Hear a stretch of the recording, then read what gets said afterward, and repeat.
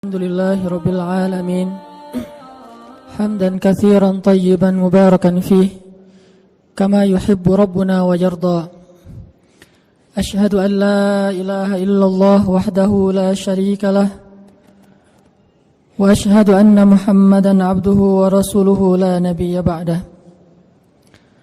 اللهم صل وسلم وبارك على محمد كما ذكره الذاكرون الأخيار وصل وسلم وبارك على سيدنا محمد ما اختلف الليل والنهار وصل وسلم وبارك على سيدنا وحبيبنا ومولانا محمد وعلى المهاجرين والأنصار.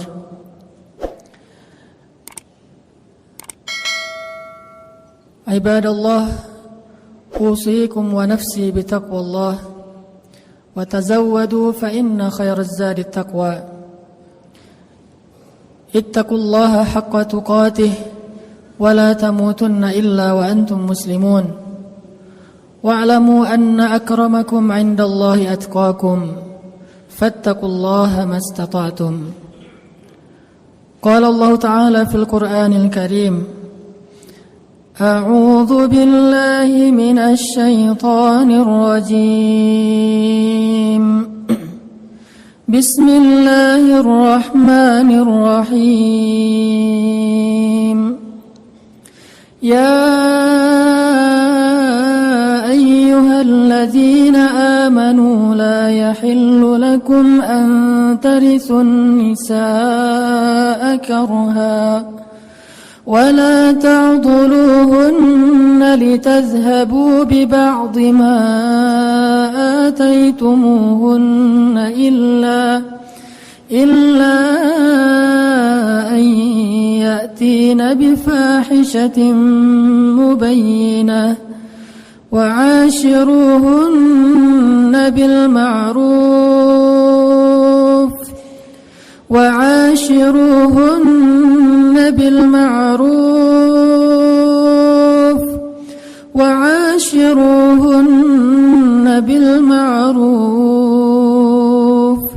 فإن كرهتموهن فعسى أن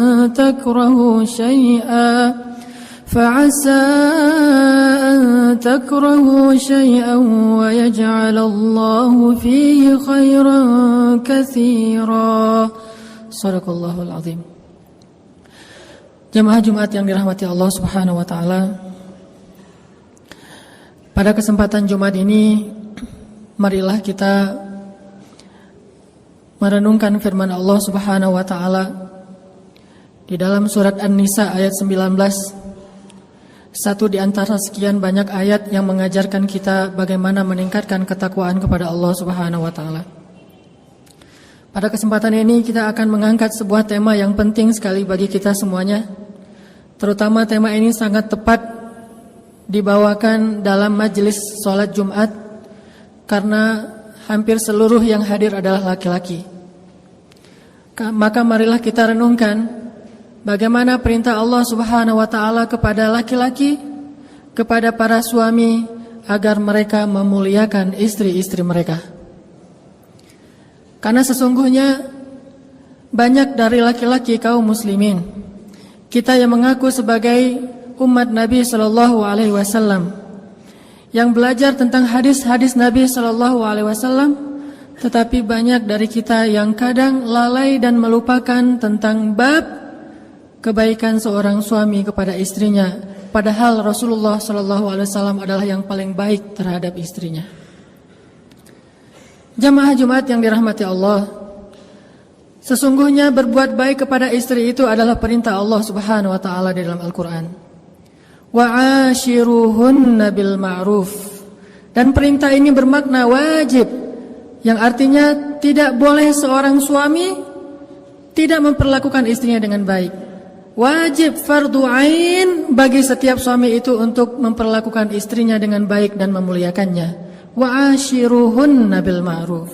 Perlakukanlah, bergaullah dengan istri kalian dengan cara yang baik. Ditambah lagi bahwa berbuat baik kepada istri itu juga termasuk di antara perintah dan anjuran dari Rasulullah sallallahu alaihi wasallam. Khairukum khairukum li ahlikum wa ana khairukum li ahli. Dalam riwayat yang lain, khiyarukum khiyarukum li ahlikum wa ana khiyarukum li ahli. Sebaik-baik kalian wahai laki-laki adalah yang paling baik terhadap istrinya, dan saya adalah yang paling baik terhadap istri saya di antara kalian. Artinya, kebaikan seorang laki-laki itu tidak dilihat hanya di luar rumah. Bahkan kadang kebaikannya di luar rumah kepada tetangganya, kepada temannya, kepada sahabatnya, kepada partner bisnisnya, itu hanyalah kebaikan yang sifatnya basa-basi dan ria'an nas. Sedangkan kebaikan sejati itu terlihat di dalam rumahnya. Bagaimana dia memperlakukan orang yang berada di dalam atap rumahnya, istrinya, anaknya, pembantunya, dan orang-orang yang menjadi tanggung jawabnya. Khairukum khairukum li ahlikum. Maka jangan dulu kita mentazkiyah diri kita, menyimpulkan bahwa diri kita sudah baik karena banyak membantu orang lain. Bagaimana pendapat istri kita tentang kita? Apakah ketika istri kita menjawab dengan jujur kepada orang lain tentang suaminya, dia akan mengatakan kita adalah sebaik-baik suami? Sebagaimana seorang sahabiat menikah dengan 3 orang laki-laki yang 3-3-nya ahli surga. Dan sahabiat ini juga disebut sebagai ahli surga. Namanya Asma bintu Umais. Asma bintu Umais pernah menikah dengan Ja'far bin Abi Thalib. Dan dia mengatakan Ja'far itu sebaik-baik suami. Setelah Ja'far syahid, dia menikah dengan Abu Bakar As-Siddiq. Dan dia mengatakan Abu Bakar itu sebaik-baik suami. Setelah Abu Bakar wafat, dia menikah dengan Ali bin Abi Thalib. Dan dia mengatakan Ali adalah sebaik-baik suami. Apa pendapat istri kita tentang kita? Itulah penilaian yang paling jujur dan paling objektif yang dikatakan oleh Nabi. Sebaik-baik kalian adalah yang paling baik terhadap istrinya, bukan yang paling baik terhadap orang lain. Lihat di dalam rumah tangganya terlebih dahulu. Dan Nabi SAW kemudian juga mengajarkan, aku adalah yang paling baik di antara kalian kepada istriku. Artinya, kalau kalian ingin menjadi orang yang baik kepada istri kalian, belajarlah dari Rasulullah SAW. Karena sesungguhnya Rasulullah la'ala khuluqin azim, berada dalam akhlak yang paling istimewa dan paling agung. Sehingga ketika Allah berfirman, wa'ashiruhunna bil ma'ruf, wahai para laki-laki, pergaulilah istri kalian dengan cara yang ma'ruf, dengan cara yang baik. Lalu kita bertanya, ya Rabb, bagaimana cara kami mempergauli istri kami dengan cara yang baik? Maka Nabi menjawab, contohlah kepadaku. Contohilah Rasulullah dalam memperlakukan istri beliau. Sesungguhnya beliau sebaik-baik teladan dan contoh bagi orang yang beriman. Ada beberapa kisah tentang bagaimana sabarnya Rasulullah terhadap istrinya. Karena dari semua kebaikan suami kepada istri, ada satu kata kunci yang mencakup semua kebaikan suami kepada istri adalah sabar. Menjadi suami yang dermawan butuh kesabaran. Menjadi suami yang penyayang butuh kesabaran. Menjadi suami yang mampu bersabar dalam mendidik atau baik dalam mendidik juga butuh kesabaran. Mungkin salah satu kata kunci untuk menjadi baik kepada istri itu adalah memiliki sifat sabar di atas rata-rata.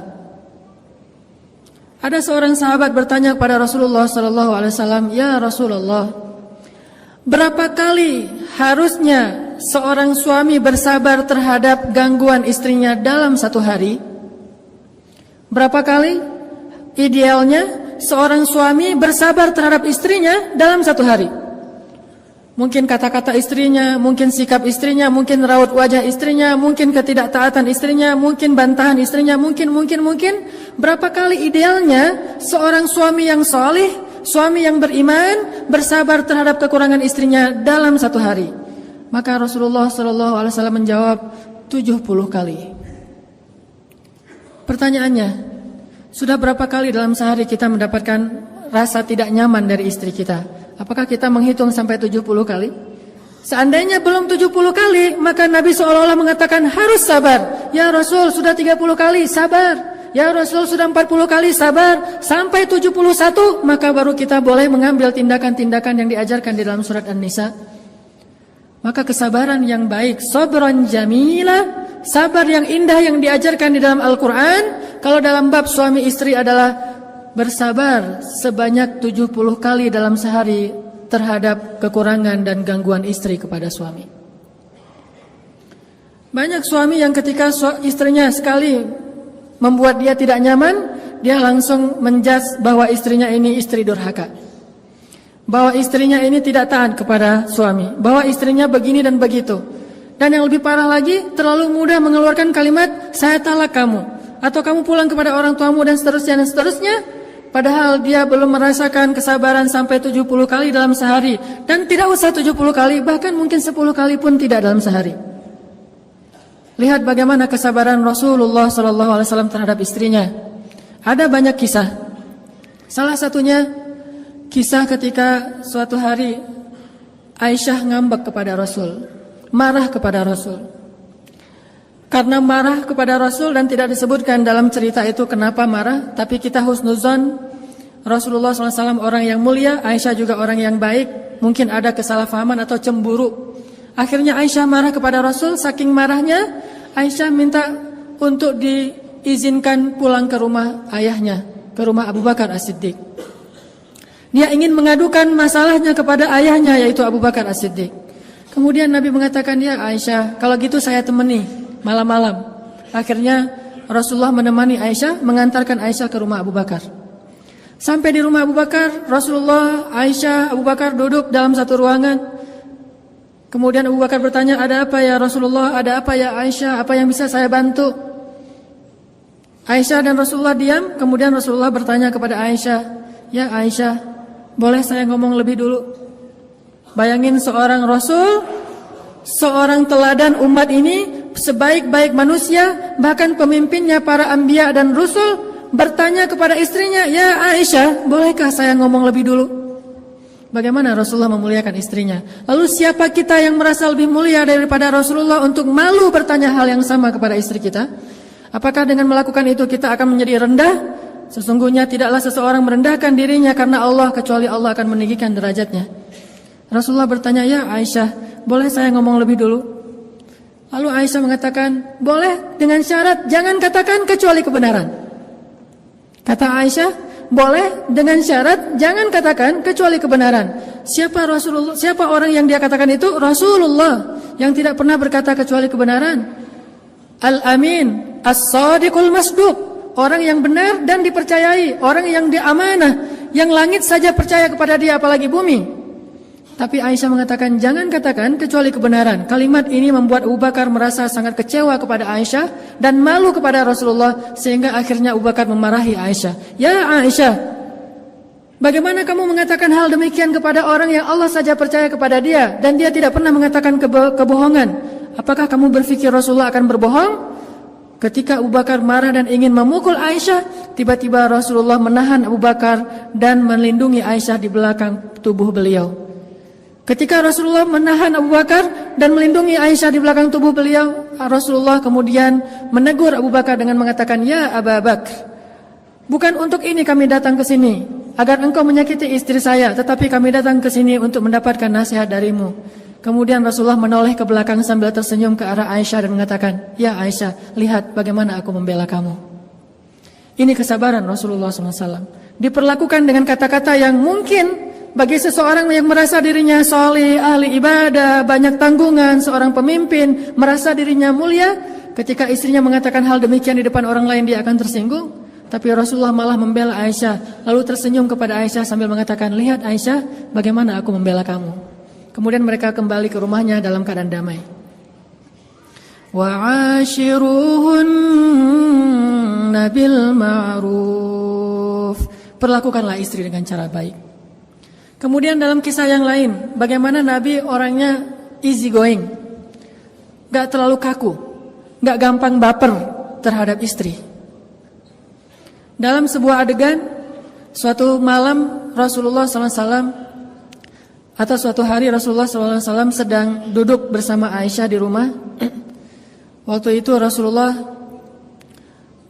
tidur di atas pangkuan Aisyah. Dan hari itu Aisyah baru saja membuat kue khusus buat Rasulullah. Tiba-tiba datang istri Nabi yang lain, namanya Saudah. Saudah ini salah satu istri Nabi yang tua. Datang kemudian bertamu ke rumah Aisyah, duduk di antara Rasulullah dan Aisyah.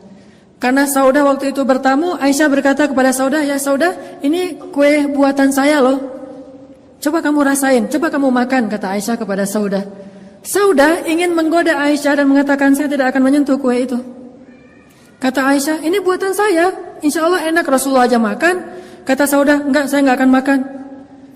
Karena tersinggung, akhirnya Aisyah mengatakan, ya Saudah, kalau kamu tidak makan, saya lempari tepung ini ke wajah kamu.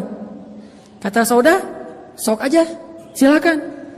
Saudah lagi godain Aisyah karena Aisyah anak kecil. Akhirnya Aisyah karena tersinggung, dia ambil tepung bekas buat kue tadi dilempari ke wajah Saudah. Tadi Rasulullah sedang dalam keadaan duduk dan tiba-tiba Rasulullah mengangkat kakinya dan meletakkan di atas paha Aisyah seolah-olah manja. Tapi sebetulnya Rasulullah menahan tubuh Aisyah dengan kakinya sehingga Aisyah tidak bisa bergerak. Lalu Rasulullah melirik ke arah Saudah dan memberi isyarat, balas wahai Saudah. Jadi Aisyah melempari Saudah dengan tepung, Rasulullah menahan kaki Aisyah dan melirik ke arah Saudah dan memberi isyarat, balas. Lalu Saudah membalas dengan melemparkan tepung ke wajah Aisyah. Akhirnya mereka saling lempar-lemparan tepung. Rasulullah hanya tersenyum saja, tiba-tiba terdengar suara salam dari seorang sahabat, Umar bin Khattab. Assalamualaikum. Langsung Saudah dan Aisyah lari masuk ke dalam kamar karena takut kepada Umar bin Khattab. Lalu Rasulullah membukakan pintu, Umar masuk. Tiba-tiba Rasulullah senyum-senyum. Umar bertanya, ya Rasulullah, kenapa engkau tersenyum? Ada apa? Rasulullah mengatakan, lucu, kata Rasulullah. Ada apa ya Rasul? Itu istri-istri saya. Barusan mereka lempar-lemparan tepung, tapi begitu datang kamu, mereka langsung lari ke dalam kamarnya karena takut kepadamu. Mendengar kata-kata ini, Umar tersinggung kepada istri Nabi dan kemudian berteriak, wahai istri-istri Nabi, kalian takut kepada saya tetapi tidak takut kepada Rasulullah? Lalu istri Nabi di dalam kamarnya menjawab, ya, karena engkau seorang yang ghalidhun syadid, orang yang kasar lagi keras, sedangkan Rasulullah itu orang yang halim, orang yang sangat menahan amarah dan lembut. Kemudian Umar pun tertawa dan selesailah urusan di antara mereka. Tidak terlalu diambil serius, tidak terlalu kaku, dan jangan melihat sejarah ini dari sudut pandang fikih. Kadang-kadang kita melihat sejarah dari sudut pandang fikih dan menjudge sejarah. Di antara contoh menjudge sejarah itu kita akan bertanya, lah itu kan tepung jadi mubazir. Bukankah kita tidak melihat adegan aslinya? Mungkin saja tepung itu masih bisa dikumpulkan lagi dan dipakai untuk membuat kue yang berikutnya. Jadi jangan menjudge sejarah karena kita tidak menyaksikan sejarah. Ambil saja hikmah dan mau'izahnya. Sesungguhnya Rasulullah bersabar dan salah satu cara Rasulullah sabar, Rasulullah gak gampang baper terhadap istrinya. Baik kata-kata, sikap dan seterusnya. Sehingga beliau tetap wa'ashiruhunna bil ma'ruf. Barakallahu li wa lakum.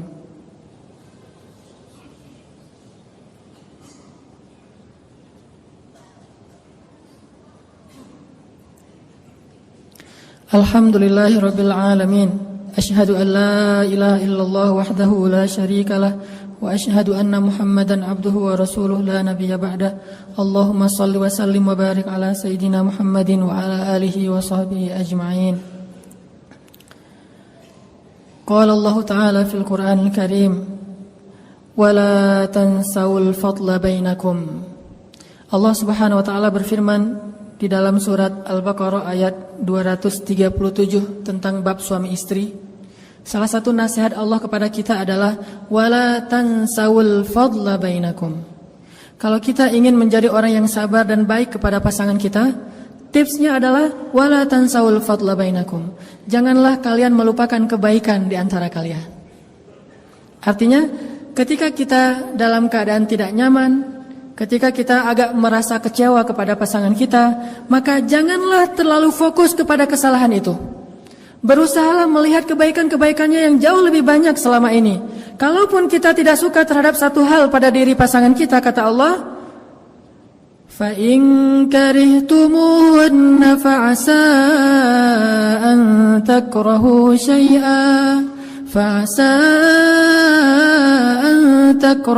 شَيْئًا وَيَجْعَلَ اللَّهُ فِيهِ خَيْرًا كَثِيرًا. Kalau kalian tidak suka terhadap istri kalian dalam satu hal, bisa jadi yang tidak kalian sukai itu Allah jadikan padanya kebaikan yang sangat banyak. Ini Allah yang mengatakan demikian. Mungkin kita tidak suka dalam satu hal dari istri kita karena tidak ada manusia yang sempurna. Fala tuzakku anfusakum. Jangan pernah menganggap ada manusia sempurna. Karena kadang kita berpikir, oh perempuan ini ada kesalahan di sini, saya akan cari perempuan lain yang lebih sempurna. Tidak ada perempuan yang sempurna kecuali 4 orang saja. Asia istri Fir'aun, Maryam anaknya Imran, Khadijah istri Rasulullah, dan Fatimah anaknya Rasulullah SAW. Selain 4 orang ini, tidak ada yang sempurna, termasuk Aisyah. Walaupun Aisyah keistimewaannya adalah seperti garam dalam makanan, seperti bumbu dalam masakan, tetapi bukan perempuan sempurna. Begitu juga dengan pasangan kita, dia bukan perempuan sempurna. Karena kalau kita hanya melihat ketidaksempurnaannya, maka kita akan larut dalam kekecewaan dan akhirnya kita akan berputus asa dalam rumah tangga. Sehingga Allah mengatakan wala tansaul fadla bainakum. Ingat kebaikannya. Ingat hal-hal yang menyenangkan dari dia. Ingat hal-hal yang luar biasa pada dirinya, yang mungkin kamu tidak akan mendapatkan itu dari orang lain. Dengan demikian, insya Allah kita akan menjadi orang yang sabar. Dan terakhir, satu lagi tips, kalau kita punya masalah dengan pasangan kita, nasihati diri kita, jangan mencari nasihat untuk dia. Yang paling sering adalah, kalau kita punya masalah dengan pasangan kita, kita akan googling, kita akan browsing, kita akan tanya kepada seorang ustadz, nasihat untuk kita sampaikan kepada pasangan kita. Ini nggak fair. Harusnya kita googling, nasihat untuk diri kita sendiri. Kita browsing, nasihat untuk diri kita sendiri. Kita datang kepada seorang ustadz, ya ustadz, nasihati saya untuk menjadi suami yang baik, suami yang sabar. Bukan ya ustadz, tolong beri saya hadis-hadis tentang istri yang solehah. Kita cari nasihat buat diri kita sendiri, bukan mencari nasihat untuk kita share, kita forward, kita broadcast kepada pasangan kita. Itu tidak akan menyelesaikan masalah. Makanya begitu ada masalah di antara kita dengan pasangan, langsung browsing hadis-hadis suami yang penyabar. Langsung konsultasi dengan ustadz. Ustadz, ajarkan saya menjadi seorang suami yang penyabar, menahan amarah. Dengan demikian Allah akan melapangkan dada kita. Jadi minta nasihat untuk diri, bukan minta nasihat untuk orang lain. Mudah-mudahan ini akan memperbaiki hubungan kita dengan pasangan kita, karena itu salah satu di antara cikal bakal peradaban. Dengan mulai mengislah diri kita, kemudian mentakwin, membentuk usrah atau keluarga kita, maka insya Allah dari situ kita akan bisa membimbing masyarakat kita.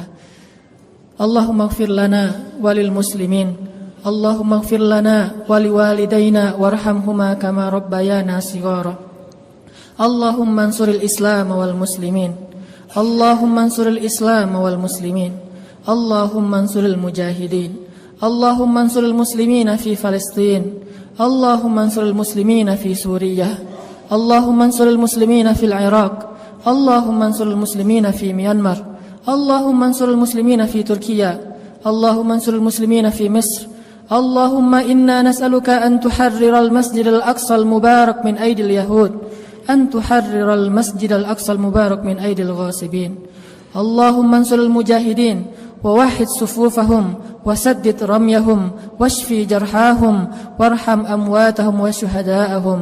اللهم اشفي صدور المسلمين. ربنا آتنا من لدنك رحمة وهيئ لنا من أمرنا رشدا واجعل لنا من كل ضيق مخرجا ومن كل هم فرجا ومن كل عسر يسرا. ربنا هب لنا من الصالحين، ربنا هب لنا من أزواجنا وذرياتنا قرة أعين واجعلنا للمتقين إماما. ربنا آتنا في الدنيا حسنة وفي الآخرة حسنة وقنا عذاب النار.